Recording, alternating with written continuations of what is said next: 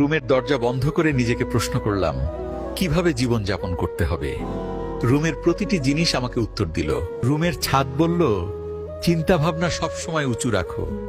AC বলল, সব সময় মাথা ঠান্ডা রাখো। ফ্যান বলল, কাজের জন্য ঘুরতে থাকো। ঘড়ি বলল, সময়ের মূল্য দিতে শিখো। ক্যালেন্ডার বলল, রুটিন মেনে চলো। মানিব্যাগ বলল, ভবিষ্যতের জন্য সঞ্চয় করো। আয়না বলল, নিজের প্রতি যত্নবান হও। জানালা বলল, স্বপ্নের পরিধি বৃদ্ধি করো। দেয়াল বলল, অন্যের কষ্ট ভাগ করে নাও। রুমের দরজা বন্ধ করে নিজেকে প্রশ্ন করলাম, কিভাবে জীবন যাপন করতে হবে।